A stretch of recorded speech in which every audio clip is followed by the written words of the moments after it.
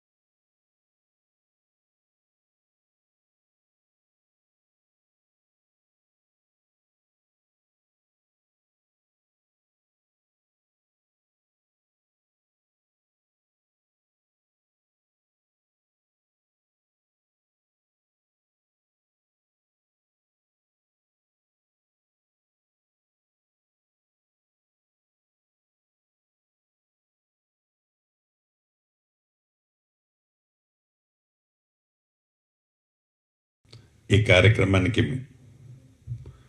అధ్యక్షులు, మీ అందరి అభిమానాన్ని నిత్యము పొందుతున్న మా పెద్దన్న మీడియా అకాడమీ చైర్మన్ శ్రీనివాసరెడ్డి గారికి, ఖమ్మం పార్లమెంట్ సభ్యులు పెద్దలు రఘురామరెడ్డి గారికి, ఐఎండ్పిఆర్ కమిషనర్ విజయ్ కృష్ణారెడ్డి గారికి, ఈ కార్యక్రమానికి హాజరైన జర్నలిస్టుల కుటుంబ సభ్యులు, జర్నలిస్టులు సోదరులు అందరికీ మనస్ఫూర్తిగా పేరు పేరున హృదయపూర్వక నమస్కారం. తెలంగాణ రాష్ట్రంలో రాష్ట్ర ప్రభుత్వం జర్నలిస్టుల కోసం ఒక ప్రత్యేకమైన నిధిని ఏర్పాటు చేసి, ఆ నిధి మీద వచ్చే ఇంట్రెస్ట్తో వివిధ కారణాల చేత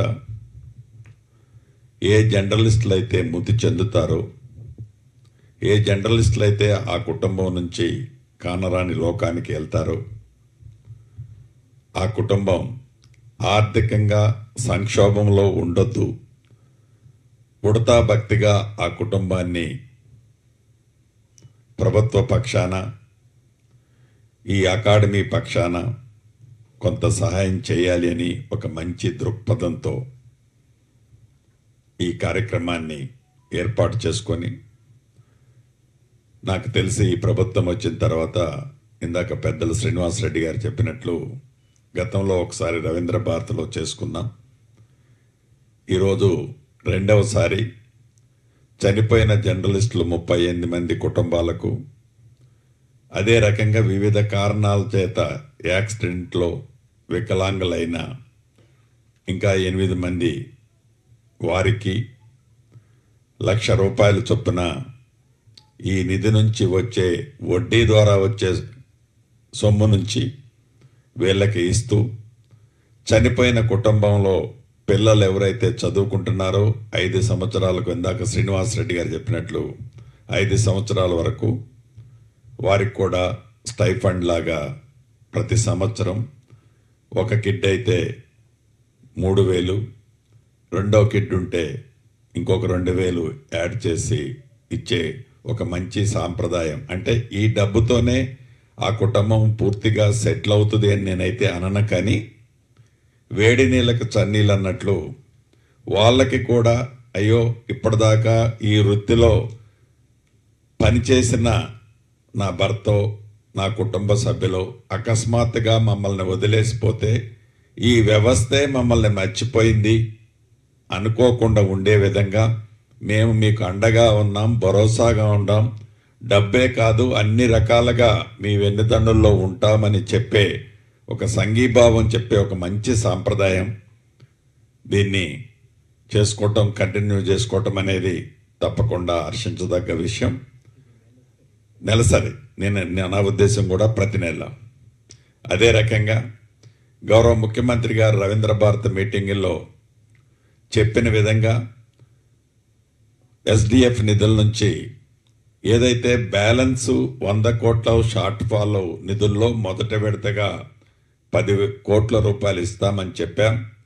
తప్పకుండా ఈ రాబోయే ఈ నెలాఖరు లోపే వాటిని కూడా రిలీజ్ చేపిస్తానని కూడా ఈ వేదిక ద్వారా గౌరవ పెద్దలకి, ఈ సభలో పాల్గొన్న పెద్దలందరికీ మనస్ఫూర్తిగా తెలియజేస్తూ, ఒక అద్భుతమైన భవనాన్ని ఆనాటి ప్రభుత్వంలో అసంపూర్తిగా మిగిలిపోతే ఈ అకాడమీకి సంబంధించినప్పుడు మనం ఉన్న భవనాన్ని మన ప్రభుత్వం వచ్చిన తర్వాత మరిన్ని నిధులు వీటికి సమకూర్చి ఈరోజు ఒక షేపుకు పట్టుకొచ్చుకున్నాం. ఇంకా చిన్న చిన్న పనులు ఉన్నాయని చెప్పారు. గౌరవ కమిషనర్ గారికి ఆల్రెడీ చెప్పాం. వీలైనంత తొందరలో ఈ 10 days లోపు కంప్లీట్ చేస్తే ఈ నెలాఖరు లోపే గౌరవ ముఖ్యమంత్రి గారితో చేతుల మీదుగా కానీ, లేకుంటే వారేదన్నా బిజీగా ఉంటే నేను కానీ దీన్ని అఫీషియల్గా ఓపెనింగ్ చేసుకునే కార్యక్రమాన్ని కూడా చేపట్టుకుందామని తెలుపుతూ, చివరగా నేను చెప్పేది, జర్నలిస్టులు అంటే దీంట్లో కూడా ఆనిముత్యాలు చాలామంది ఉన్నారు. నిజాన్ని నిర్భయంగా, డెడికేటెడ్గా, నిస్వార్థంగా, మంచిని మంచిగా ఈ సమాజానికి తెలియజేసే దాంట్లో చాలామంది ఆనిముత్యాలు ఉన్నారు. వారిలో కూడా బహుపేదవాళ్ళు ఉన్నారు. కేవలం ఆ యాజమాన్యం ఇచ్చే చాలని ఆ జీతాన్నైనా తట్టుకొని ఆ ప్రొఫెషన్నే నమ్ముకొని దాని మీదనే జీవించే అనేక మంది జర్నలిస్టులను నేను ప్రత్యక్షంగా ఈ శాఖ మంత్రి కాకముందు కూడా నేను చూస్తుండేవాడిని. నిజంగా వాళ్ళకి అనేక సందర్భాల్లో ఏదో చేయాలనే తాపత్రయంతో ఈ ప్రభుత్వం ఉన్నా కొన్ని కారణాల చేత అనుకున్నది అనుకున్నట్లు చేయలేకపోయాం. గౌరవ చైర్మన్ గారు ఇంతకుముందే ఇద్దరం 1-1 కూర్చున్నప్పుడు కొన్ని ప్రాంతాలకి మనం మీరు అనుకున్నట్లు లేదు, దాన్ని ఒకసారి చూస్తే న్యాయం చేయగలుగుతామేమో అని చెప్పారు. ఏమాత్రము ఎసులుబాటు ఉన్నా రాష్ట్రంలో మండల స్థాయిలో, కాన్స్టిట్యున్సీ స్థాయిలో ఉండే వేలాది మంది అర్హులైన జర్నలిస్టుల్ని ఆదుకునే దాంట్లో ఈ ప్రభుత్వం తప్పకుండా ముందంజలో ఉంటుంది. దాన్ని అఫీషియల్గా ఈ బిల్డింగ్ ఓపెన్ చేసే రోజు నాటికి ఒక పేపర్ మీద క్లారిటీతో అఫీషియల్గా అనౌన్స్మెంట్ కూడా చేస్తాను అని ఈ వేదిక ద్వారా రాష్ట్రంలో ఉన్న జర్నలిస్టు సోదరులందరికీ మనస్ఫూర్తిగా తెలియజేసుకుంటూ, ఈ కార్యక్రమానికి ఆహ్వానించిన అదే రకంగా నాంపల్లో ఏదైతే ఒక గ్రంథాలయం SIC ఉందని దాన్ని ఈ బిల్డింగ్కు షిఫ్ట్ చేస్తే అది ప్రజలతో పాటు సీనియర్ జర్నలిస్టులకి, అనుభవజ్ఞులకి, పరిజ్ఞానాన్ని పెంపొందించుకోవటానికి ఉపయోగపడుతుంది. అక్కడికంటే ఇక్కడ బెస్ట్ యూజ్ఫుల్ అవుతుంది అనేది చైర్మన్ గారు మిగతా మిత్రులు సూచనల మేరకు తప్పకుండా కమిషనర్ గారిని ఇక్కడి నుంచి ఆదేశిస్తున్నాను. వీలైనంత తొందరలో ఇఫ్ ఇట్ ఈజ్ పాసిబుల్ మనం ఇది ఓపెనింగ్ చేసే లోపే దాన్ని ఇక్కడికి షిఫ్టింగ్ చేయాలని కూడా తెలియచేసుకుంటూ ఈ కార్యక్రమానికి ఆహ్వానించినందుకు అధ్యక్షుల వారికి వివిధ సంఘాల ముఖ్య నాయకులందరికీ మరొక్కసారి మనస్ఫూర్తిగా అభినందనలు కృతజ్ఞతలు తెలుపుతూ ఏ జర్నలిస్టు సోదరుల కుటుంబంలో పెద్ద దిక్కులు కోల్పోయిన ఆ కుటుంబాలకి నా పక్షాన రాష్ట్ర ప్రభుత్వ పక్షాన ప్రగాఢ సానుభూతిని తెలుపుతూ అన్ని వేళలా ఈ ప్రభుత్వం మీ కుటుంబాలకు అండగా ఉంటుందని తెలుపుతూ సెలవు తీసుకుంటున్నాను. Thank you very much. One more thing, గౌరవ చైర్మన్ గారు ఇంకొకటి కూడా వారు రిక్వెస్ట్ చేయడం జరిగింది. ఏవైతే ఈనాడు మనం ఇందిరమ్మ ఇళ్ళు అన్ని నియోజకవర్గాల్లో పేదవాళ్ళల్లో బహుపేదవాళ్ళకి ఇస్తున్నాం. ఈ పేదవాళ్ళల్లో బహుపేదవాళ్ళు ఇందాక నా స్పీచ్లో చెప్పిన దాంట్లో జర్నలిస్టుల సోదరులు వారి కుటుంబాలు ఉన్నమాట వాస్తవం.